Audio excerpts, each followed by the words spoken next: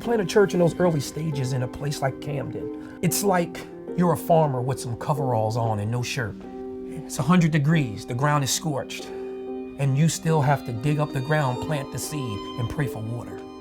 And so it gets lonely out there digging scorched ground. I served in North Philadelphia with Dr. Eric Mason in a church plant residency, and then was sent back to plant Epiphany Camden. Our slogan is on the block for the city, showing off the glory of Christ. And so we wanted to actually embody that reality. So we were on the block. So we redid a basketball court that we call the East Spot. I began to go all over the city, having breakfast, having coffee, and there's not a lot of coffee in the hood, so I had to go near liquor stores just to meet, engage people.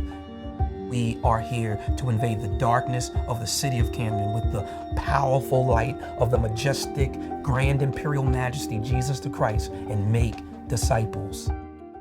We never took off any relationships with pastors in the city, and we went after them. There was always a problem, and so I thought we would be met with some level of reception, like, we're coming here to serve with you.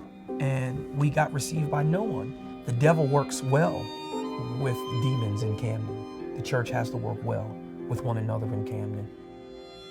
So the support system of Epiphany Philly I remember Dr. Mason called me one day and said he was praying. The Lord told him to pray for me, man. And I just remember breaking down crying. It was just a rough couple of days. And then I remember multiple people from Epiphany Philly, members, pastors, elders, deacons, they would just come by, check on me, hug me. So that support system was crazy. I really want to see other church plants birth out of this hub, that we could really train and mobilize and push out for the glory of God. We currently support the other Epiphanies. We have Epiphany Brooklyn jumping off in May, Epiphany South Central LA jumping off in May, June, and Restoration Fellowship in Germantown.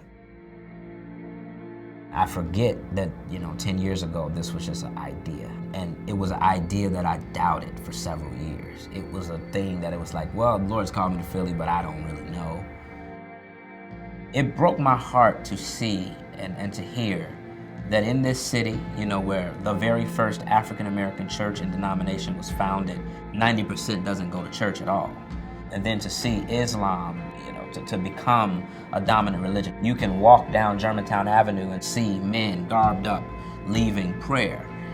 I would love to see people who were garbed up this year, next year, they're before the throne of Christ, calling on his name for salvation. I would love to see doctors, lawyers come to Christ as much as I would love to see drug dealers and ex-cons and prostitutes come to Christ. And I would love to see all these different type of people brought together under the banner of Christ Jesus. I would love to see that.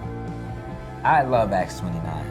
I love that I've been able to connect with guys and ask them for advice, and dudes who've just been helpful. And I love that whenever I go to a function and there's gonna be preaching, there's gonna be some serious Bible. Matthew 9 says, the harvest is plenty, the labors are few, to pray to the Lord of the harvest that he would raise up.